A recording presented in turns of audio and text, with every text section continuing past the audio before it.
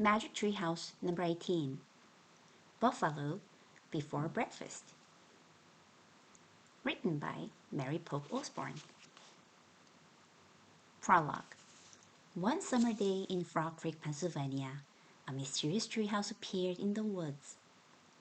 8-year-old Jack and his 7-year-old sister Annie climbed into the treehouse. They found it was filled with books. Jack and Annie soon discovered that the treehouse was magic. It could take them to the places in the books. All they had to do was point to a picture and wish to go there. Along the way, Jack and Annie discovered that the treehouse belongs to Morgan Le Fay. Morgan is a magical librarian from the time of King Arthur. She travels through time and space, gathering books. In Magic Treehouse books from number 5 to 8, Jack and Annie help to free Morgan from a spell. In books from number 9 to 12, they solved 4 ancient riddles and became master librarians. In Magic Tree House books from number 13 to 16, Jack and Annie had to save 4 ancient stories from being lost forever. In Magic Tree House books from number 17 to 20, Jack and Annie must be given 4 special gifts to help free a mysterious doll from a magic spell. They have already received 1 gift on a trip to the Titanic, and now they are about to set out in search of the 2nd gift. Chapter 1. Teddy's back. Arf, arf, arf! Jack finished trying his sneakers. Then he looked out his bedroom window. A small dog stood in the early sunlight. He had fluffy ears and scruffy brown fur. "Teddy!" said Jack. Just then Annie ran into Jack's room. "Teddy's back," she said. "It's time." It was time for their 2nd mission to help free the little dog from a spell. Then he ran up the sidewalk. "Wait for us!" Annie shouted. She and Jack followed Teddy up the street and into the Frog Creek woods. They ran between the trees. Wind rattled the leaves. Birds swooped from branch to branch. Teddy stopped at the rope ladder that hung from the tallest oak tree in the woods. At the top of the ladder was the magic tree house. Jack and Annie stared up at it. "No sign of Morgan," said Annie. "Let's go up," said Jack. Annie picked up Teddy. She carried him carefully up the ladder. Jack climbed after her. Inside the treehouse, Teddy sniffed a silver pocket watch on the floor. Beside it was the note that Morgan had written to Jack and Annie. Annie picked up the note and read it aloud. "This little dog is under a spell and needs your help. To free him, you must be given 4 special things. A gift from a ship lost at sea. A gift from the prairie blue. A gift from a forest far away. A gift from a kangaroo. Be brave, be wise, be careful." "We've got the first special thing," said Annie. "The gift from the ship lost at sea." "Yeah," said Jack. He picked up the silver pocket watch. The time on the watch was 2:20, the time the Titanic had sunk. Jack and Annie stared at the watch. "Arf, arf!" Teddy barking brought Jack back from his memories. "Okay," Jack said. He sighed and pushed his glasses into place. "Now it's time for the gift from the prairie blue." "Oh, what's that mean?" said Annie. "I'm not sure," said Jack. He looked around the treehouse. "But I bet that book will take us there." He picked up the book in the corner. The cover was a picture of a wide prairie. The title was "The Great Plains." "Ready?" Jack said. Teddy itched and wagged his tail. "Let's go," said Annie. The sooner we free Teddy, the better. Jack pointed at the cover. I wish we could go there, he said. The wind started to blow, the treehouse started to spin. It spun faster and faster. Then everything was still, absolutely still. Chapter 2, Ocean of Grass. Early sunlight slanted into the treehouse. The cool breeze smelled of wild grass. Oh man, said Jack, these are neat clothes. Their jeans and t-shirts had magically changed. Jack had on a buckskin shirt and pants. Annie wore a fringed buckskin dress. They both wore soft leather boots and cool skin caps. Jack's backpack was now a leather bag. I feel like a mountain man, he said. All you're missing is a mountain, said Annie. She pointed out the window. Jack and Teddy looked out. The treehouse sat in a lone tree in a vast golden prairie. The sun was rising in the distance. Wind whispered through the tall yellow grass. Shh, shh, shh, it said. We need a gift from the prairie blue, said Jack. I bet that means the sky, said Annie, looking up. Yep, said Jack. The sky was growing bluer as they watched. But how are we supposed to get it? Just like last time, said Annie. We have to wait until someone gives it to us. I don't see any sign of people out there, said Jack. He opened their book and read aloud. The Great Plains are in the middle of the United States. Before the 20th century, this vast prairie covered nearly a fifth of America's land. Some called it an ocean of grass. Jack pulled out his notebook. Come on, said Annie. She picked up Teddy and carried him down the ladder. Jack quickly wrote, Great Plains, lots of land. Wow, this is like an ocean of grass, Annie called from below. Jack slipped the Great Plains book and his notebook into his leather bag and climbed down. When he stepped onto the ground, the grass came all the way up to his chest. It tickled his nose. Achoo! He sneezed. Let's go swimming in the grass ocean, said Annie. She started off with Teddy under her arm. The wind blew gently as Jack hurried after her. All he could see was rolling waves of grass. They walked and walked and walked. Finally, they stopped to rest.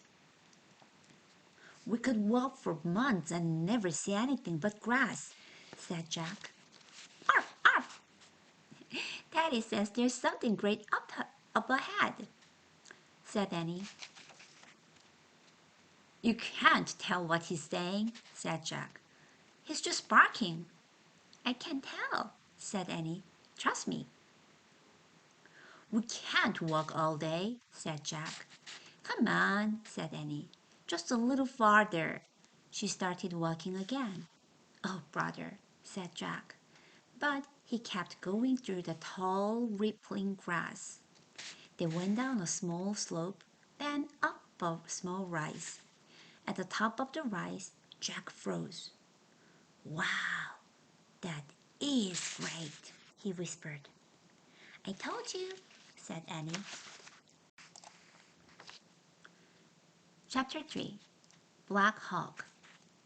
Jack stared at a circle of teepees ahead. Busy people in buckskins moved about the circle. Horses and ponies grazed nearby. Jack took out a research book and found a picture of the teepees. He read, In the early 1800s, many different Native American tribes lived in the Great Plains. The Lakota were the largest tribe. They lived mostly in the area we now call North Dakota, South Dakota, and Minnesota. Jack pulled out his notebook and wrote, Early 1800s, Lakota was largest tribe of Great Plains. Behind Jack and Annie, a horse neighed. They turned. A horse and rider were heading toward the teepee camp. The sun was very bright behind the rider. Jack could only see the outline of a body with a bow and a quiver of arrows on his back. Jack quickly flipped through the book. He found a picture of a man on horseback, carrying a bow and arrows. Below the picture, it said Lakota warrior. Jack read, "Everything changed for the Native Americans of the Great Plains after white settlers arrived in the mid-1800s. Fighting broke out between Lakota warriors and white soldiers. By the end of the 1800s, the Lakota were defeated. They lost both their land and their old way of life." Jack looked back at the rider. The warrior was coming closer. "Get down," he whispered. "Why?" said Annie. "This might be a time when the Indians are fighting with the settlers," said Jack. The grass rustled as the warrior passed by them. His horse neighed again. "Arf, arf!" "Shh!" whispered Jack. But it was too late. The warrior had heard Teddy's barking. He galloped toward them, grabbing his bow. "Wait!" shouted Jack. He jumped up from the grass. "We come in peace." The rider halted. Now Jack saw that he was only a boy on a pony. He couldn't have been more than 10 or 11. "Hey, you're just a kid," Annie said, smiling. The boy didn't smile back, but he did lower his bow while he stared at Annie. "What's your name?" she asked. "Black Hawk," he said. "Cool name," said Annie. "We're Jack and Annie. We're just visiting. We live in Frog Creek, Pennsylvania." Black Hawk nodded. Then he turned his pony around and started toward the Lakota camp. "Hey, can we come with you?" called Annie. Black Hawk looked back. "Yeah," he said. "Meet my people." "You mean your parents?" asked Annie. "No, they died long ago," said Black Hawk. "I live with my grandmother."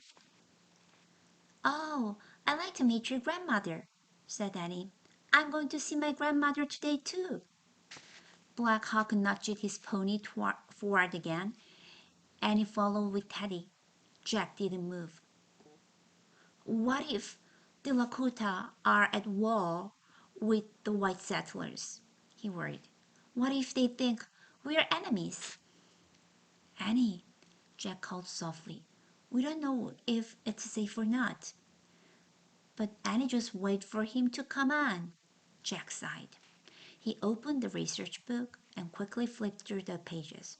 He wanted information about how to act with the Lakota. On one page, he read, "Good manners to the Lakota means speaking as few words as possible and sharing gifts when visiting." On another page, he read, "The Lakota admire those who do not show fear." Jack's favorite piece of information was, "Holding up 2 fingers means friends." Jack put the book away. He ran to catch up with Annie. Annie was telling Black Hawk all about their grandmother. The boy listened silently. "Annie," Jack whispered, "I just read that it's good manner to be quiet, and we should give gifts and not show fear. Also, holding up 2 fingers mean friend." Annie nodded. "Got that?" said Jack. "Sure," she said. "No talking, no fear, no problem." Jack looked up. He caught his breath. Ahead of them, the people at the campsite had stopped what they were doing. All eyes were turned to Jack and Annie. Jack quickly held up 2 fingers. Annie did the same. Chapter 4. Good Manners. Black Hawk led Jack and Annie toward the teepees. Everyone kept watching them. Jack couldn't tell what anyone was thinking. No one looked angry, but no one looked happy either. Jack wondered how to appear brave. He glanced at Annie. She walked tall and straight. Her chin was up. Her face was calm. Jack straightened his shoulders. He lifted his chin and he felt braver. Black Hawk stopped and slid off his pony. The pony headed for the grazing pasture. Then Black Hawk led them to a teepee. It was covered with buffalo designs. Grandmother's is inside, Black Hawk said to Jack and Annie. Inside, the teepee looked like a small round room. A fire burned in the center. Smoke rose through a hole at the top. An old woman sat on animal skins. She was sewing beads onto a moccasin. She looked up at Jack and Annie. Grandmother, said Black Hawk, this is Jack and Annie from Frog Creek, Pennsylvania. Jack and Annie both held up 2 fingers for friend. Grandmother raised 2 fingers also. Then Jack took off his coonskin cap. He gave it to Grandmother. She put the cap on her head, then laughed. Jack and Annie laughed too. Grandmother's laughter and kind face reminded Jack of his own grandmother. You wish to learn our ways, she said. Jack and Annie nodded. Jack could tell she was wise. Grandmother stood and left the teepee. They followed her. Outside, everyone was busy again. They all seemed to know that Jack and Annie weren't enemies. Jack looked around the camp. Men and boys carved bows. Women and girls pounded meat and sewed clothes. One girl was adding claws to a buckskin shirt. The bear claws will give her the strength of the bear, said Grandmother. She will sew on hawk feathers, elk teeth, and porcupine quills too. All will give her the power of the animals. Jack pulled out his notebook and wrote, Sew bear claws to shirt. I have strong animal power when I go on a buffalo hunt, Black Hawk said proudly. What do you mean? Asked Jack. I'll show you, said Black Hawk. Wait. Black Hawk went back inside the teepee, and he turned to Grandmother. Why does he hunt the buffalo? She asked. The buffalo gives our people many gifts, said the old woman. Food from his body, teepees from his skin, tools from his bones. Jack started making a list. Cups from his horns, Grandmother went on. Ropes from his hair, even winter sled from his ribs. Jack finished his list. Buffalo, skin, teepee, bones, tools, horns, cups, hair, ropes, ribs, sleds. That reminds me of the seal hunter in the Arctic, said Annie. He used all the gifts from the seal's body. He didn't waste a thing. Just then, Teddy began growling and barking. Jack and Annie turned around. They both gasped. Coming out of Grandmother's teepee was a huge wolf. Chapter 5. Sunlight and Midnight. The wolf had yellow eyes and sharp teeth. Teddy snarled and barked. Annie rushed forward to grab the little dog. Suddenly, the wolf stood up on its hind legs. Yikes, said Annie. She leaped back. Then she and Jack started to laugh. The fierce wolf was Black Hawk wearing a wolf's hide. His head came out through a slit near the wolf's neck. He gave Jack and Annie a little smile. That's a great wolf suit, said Annie. Why do you wear that? Asked Jack. The wolf is the most powerful hunter of the buffalo, said Black Hawk. When I wear his skin, I feel his strength. Wow, said Annie. Black Hawk looked at his grandmother. May I show them the buffalo now? He said. Only show, said grandmother. Do not hunt. We have enough meat today. She looked back at Jack and Annie. Lakota never take more buffalo than we need, she said. That's good, said Annie. Black Hawk handed his wolfskin to grandmother. Then he ran to the grazing ponies. He climbed on his. Then he herded two ponies, one black and one yellow, over to Jack and Annie. Hi, Midnight. Hi, Sunlight, said Annie, naming the ponies. She patted their noses. Annie, whispered Jack, how are we going to ride without saddles or reins? Just hold on to their manes, she said, and grip with your legs. Watch. And he threw her arms around Midnight's neck. She slung her leg over the pony's back and pulled herself up. I'll carry Teddy in the back, Annie said. Jack picked up Teddy and slipped him inside the leather bag. He handed it to Annie, who hung it over her shoulder. Teddy's head peeked out of the bag. Arf! He barked. Giddy up, Midnight, said Annie.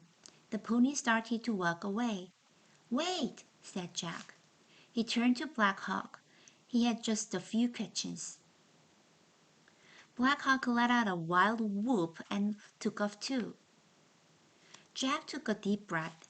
He threw his arms around Sunlight's neck. Then he slung his leg over the pony's back. The pony started to move. Wait, wait, said Jack. He hopped on one foot, trying to keep up. The pony stopped. Slowly, Jack pulled himself onto Sunlight's back. He gripped the pony's mane. Then he carefully reached up and pushed his glasses into place. He looked over his shoulder. Grandmother was watching. She nodded at him. Lakota people admire those who do not show fear, Jack remembered. He liked grandmother. He wanted her to admire him. He let out a wild whoop, and Sunlight took off like the wind. The whoop made Jack feel braver. He held tightly to Sunlight's mane. They caught up with Black Hawk and Annie, and together they all rode through the tall grass. Shadows of clouds swept over the plains. They looked like giant dark birds spreading their wings. Black Hawk's pony stopped at the top of a grassy slope. Sunlight at midnight halted right behind him. Jack couldn't believe his eyes. Before them were thousands and thousands of grazing buffaloes.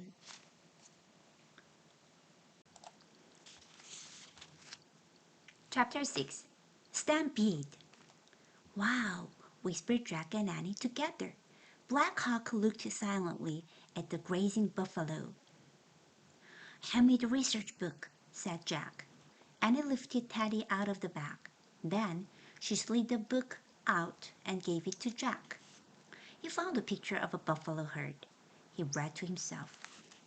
The true name of the buffalo is bison. At the beginning of the 1800s, there were 40 million bison on the Great Plains. 100 years later, there were less than 300. Almost all had been killed by white hunters and soldiers. Jack looked back at the vast herd. As far as he could see, there was nothing but buffalo. Now, Jack knew for certain they'd come to the time before the white settlers and soldiers had arrived, before the end of the great buffalo herds. I have been on many hunts, Black Hawk said, his eyes still on the buffalo. Were you scared? Said Jack. Black Hawk shook his head. You're really brave, said Annie. Black Hawk smiled proudly. I'll show you how a brave hunter moves, he said. He slid off his pony. Wait, your grandmother said not to hunt, said Annie. Plus, you don't have your wolf suit. I'm not afraid, said Black Hawk. I don't think you should go down there, said Jack. There's no grown-ups around. But Black Hawk was not listening. He began creeping on all fours toward the buffalo. I have a feeling something bad is going to happen, said Annie. Jack had the same feeling. He looked back at the book. A bison can weigh 2,000 pounds and stand 6 feet high. If one becomes alarmed by a hunter, he might start running and set off a terrifying stampede. Jack looked back at Black Hawk. He was creeping closer and closer to the herd. Jack's heart pounded. He wanted to shout, "Come back!" But he didn't want to scare any of the huge, fierce-looking animals. Keeping his eyes on Black Hawk, Jack handed the plains book to Annie. She slid it back into the bag beside Teddy. Black Hawk stopped just as he was passing the nearest buffalo. His eyes squeezed shut. His nose wrinkled up. His mouth opened. "What's he doing?" asked Jack. Achoo! Black Hawk sneezed. Said Annie. The huge buffalo jerked its head up. It made a low moaning sound. Then it pointed its horns and charged. "Watch out!" cried Jack. Black Hawk threw himself out of the way of the charging buffalo. A ripple went through the herd as the other shaggy animals looked up. Suddenly, Teddy jumped out of Annie's arms. He landed in the tall grass and ran toward the buffalo. "Teddy!" shouted Annie. The dog tore down the hill. He bounded along the edge of the herd, barking furiously. "Teddy, come back!" cried Annie. She slid off her pony and ran after Teddy. Jack tried to see Black Hawk. The boy was still dodging the running buffalo. He looked tired. Jack took a deep breath. "Go to Black Hawk," he said, nudging Sunlight with his knees. The golden pony charged down the slope. He ran between the buffalo. "Black Hawk!" Jack shouted. Black Hawk started running toward Sunlight. The buffalo swerved behind him. Sunlight slowed as Black Hawk got near. The boy threw himself over the golden pony's back. He held on to Jack as Sunlight veered away from the buffalo and ran back up the slope. "Where's Annie?" Jack cried as they reached the top. "There," said Black Hawk, pointing. Annie was surrounded by buffalo. Calm buffalo. She was patting them and talking to them. The buffalo near her had stopped running too. The ones beyond those started to calm down, then others, until all the buffalo had stopped running. They began grazing again as if nothing has happened. Chapter 7. White Buffalo Woman. "She has good medicine," said Black Hawk. "Annie doesn't have any medicine," Jack said. "She just has a way with animals." Black Hawk was silent. He climbed back on his waiting pony. Then he rode down toward Annie. Jack followed. Annie's pony trailed behind. Annie turned to Jack and Black Hawk as they rode up to her. On her face was a look of amazement. "You wouldn't believe what happened," she said. "You stopped the stampede," said Black Hawk. "But it was not just me," said Annie. "What do you mean?" asked Jack. "I was trying to find Teddy," said Annie, "and I got in the way of the buffalo. I couldn't escape. So I held up my hands and shouted, 'Stop!' Then, out of nowhere, a beautiful lady in a white leather dress came to help me." "You saw a lady in white?" asked Black Hawk. His eyes had grown wide. "Yes," said Annie. "She held up her hands and the buffalo stopped running. Then she disappeared." "Where's Teddy?" said Jack. Annie gasped. "I don't know. I forgot about him." She said, "Teddy! Teddy!" "Arf! Arf!" The little dog came bounding out of the grass toward them. Annie scooped him up. Patty licked her face all over. Where did you go? Annie asked him. Did you see the beautiful lady too? The lady does not live on this earth, Black Hawk said softly. Oh, what do you mean? Said Annie. You saw the spirit of White Buffalo Woman, he said. What do you mean, spirit? Said Jack. You mean like a ghost? Black Hawk turned his pony around. Oh, let us go back, he said. We must tell grandmother. Annie put Teddy in Jack's back. Then she climbed on her pony and they took off. Behind them, the buffalo grazed peacefully on the plains. Chapter 8 Sacred Circle. The sun was going down as the three ponies galloped for home. The deep blue sky was streaked with golden red light. Back at the Lakota camp, the circle of teepees glowed in the setting sun. People were gathered around a large fire. Black Hawk led Jack and Annie to the camp. They got off their ponies and went over to the fire. Grandmother rose to greet them. You have been gone a long time, she said. Black Hawk looked her bravely in the eye. Grandmother, I tried to hunt the buffalo alone, he said. One charged at me, but Jack saved my life. Then Annie and White Buffalo Woman stopped all the other buffalo from a stampede. Let this be a lesson to you, Grandmother said sternly. Your pride led you to show off. Showing off made you behave foolishly. Your foolishness frightened a buffalo. He frightened others. One thing always leads to another. Everything is related. I'm sorry, said Black Hawk. He hung his head. I have learned. Jack felt sorry for Black Hawk. I make mistakes sometimes too, he said softly. Me too, said Annie. Grandmother looked at Jack and Annie. Buffalo Girl and Rise Like Wind showed great courage today, she said. Jack smiled. He loved his new Lakota name, Rise Like Wind. We welcome you to our family, said Grandmother. The evening shadows spread over the camp. Someone began beating a drum. It sounded like a heartbeat. Come, sit with us in our circle, said Grandmother. They sat with her near the warm fire.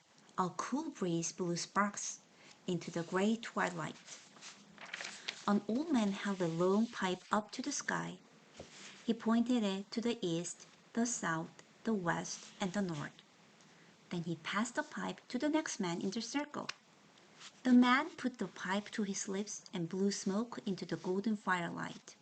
Then he passed it on. The smoke from the sacred pipe joins all things to the Great Spirit, Grandmother said to Jack and Annie. The Great Spirit? Asked Annie. The Great Spirit is the source of all things in the sacred circle of life, said Grandmother. It is the source of all spirits. What spirits? Asked Jack. There are many, said Grandmother. Wind spirits, tree spirits, bird spirits. Sometimes they can be seen, sometimes not. What about the White Buffalo Woman? Said Jack. Who is she? She is a messenger of the Great Spirit, said Grandmother. He sent her when the people were starving. She brought the sacred pipe so that our prayers could rise to the Great Spirit. He answers by sending us the buffalo. Why do you think White Buffalo Woman came to me? Asked Annie. Sometimes courage can summon help from the beyond, Grandmother said. She pulled a brown and white feather from a small buckskin bag. She put the feather on the ground in front of Jack and Annie. "This is a gift for you," she said. "An eagle's feather for your courage." "Arf, arf!" Teddy wagged his tail. Jack and Annie smiled at each other. The eagle's feather was their gift from the prairie blue. Their mission was complete. The chanting and drum beats grew louder and louder. Then they stopped. The old man held the pipe up to the sky. "All things are related," he said. The pipe smoking ceremony was over. The sky was dark and filled with stars. One by one, people rose from the circle and went to their teepees. Jack put the eagle's feather in his bag and yawned. "Ah, we better go home now," he said. "You must rest first," said Grandmother. "You can leave in the dawn." "Good plan," said Annie. She was yawning too. They went with Grandmother and Black Hawk to their teepee. Grandmother pointed to two buffalo robes that lay to one side of the still burning fire. Jack and Annie stretched out on them. Teddy snuggled between them. Grandmother and Black Hawk lay in rows across from them. Jack watched as the bluish-white smoke rose from the fire. It went up through teepee hole and into the endless starry sky. Jack listened to the wind blowing through the grass. Shh, shh, shh. "It's the voice of the Great Plains," he thought. Then he drifted off to sleep. Chapter 9. Lakota School. Jack felt Teddy licking his cheek. He opened his eyes. Gray light came through the smoke hole. The fire was out. The teepee was empty. Jack jumped up. He grabbed his bag and hurried outside with Teddy. In the cool light before dawn, everyone was taking down their teepees.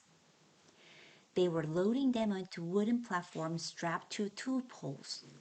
The poles were pulled by horses. Grandmother and Black Hawk piled tools and clothes onto their platform. Annie stuffed buffalo meat into a rawhide bag. "What's happening?" Jack asked. "It is time to follow the buffalo," said Grandmother. "We will camp somewhere else for a few weeks." Jack pulled out his notebook. He still had many questions, but he tried to choose just one few. "Can you camp anywhere?" he asked. "Even when you don't own the land?" Black Hawk laughed. "Oh, people cannot own land," he said. "The land belongs to the Great Spirit."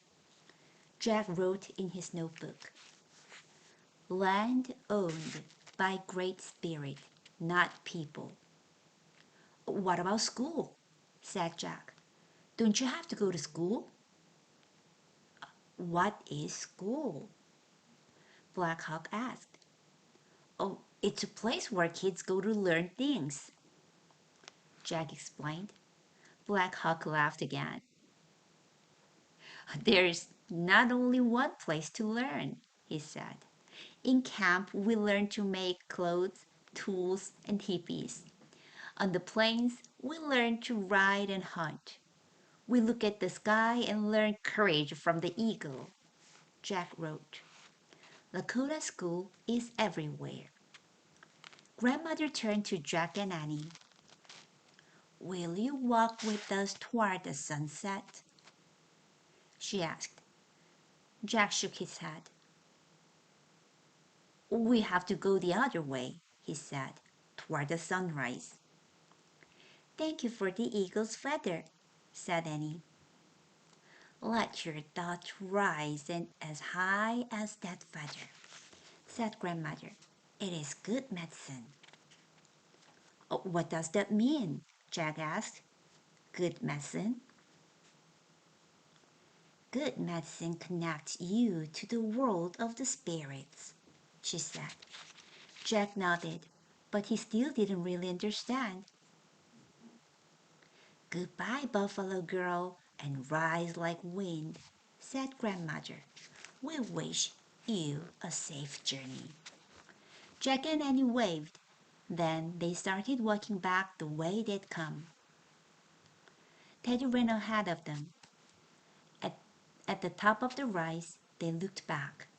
Grandmother, Black Hawk, and the rest of the tribe were watching. Jack and Annie both held up 2 fingers for friend. Then they took off down the slope.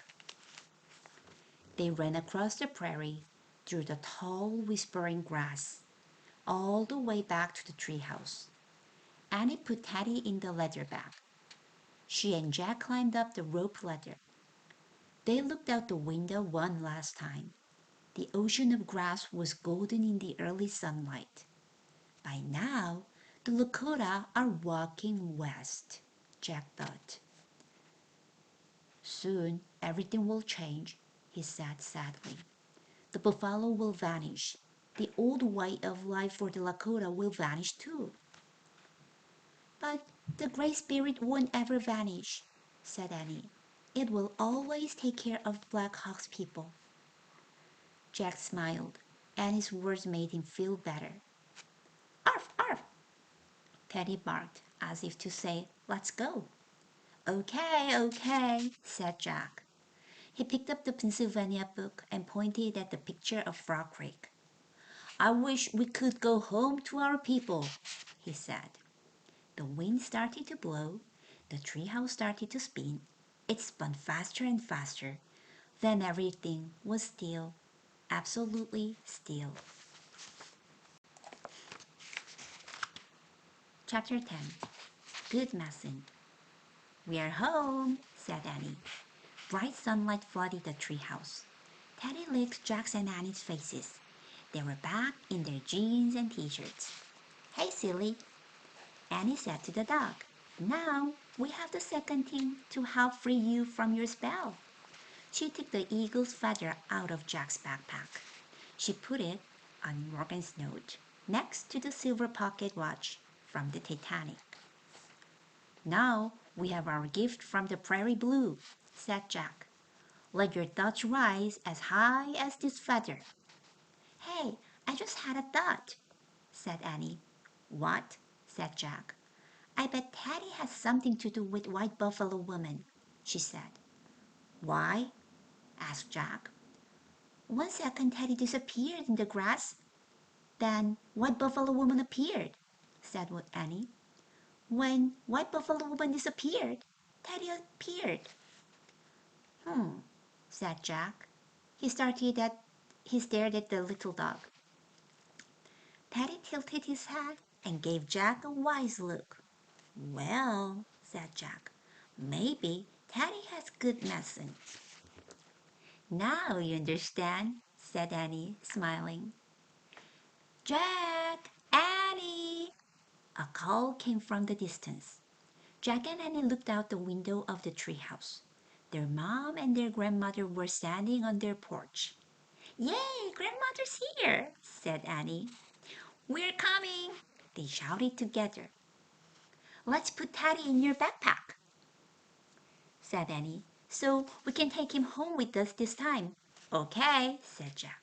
But when they turned around, the little dog was gone. Teddy, said Annie. There was no sign of him. Oh man, as soon as we turned our backs, he slipped away, said Jack, just like last time. Don't worry, said Annie.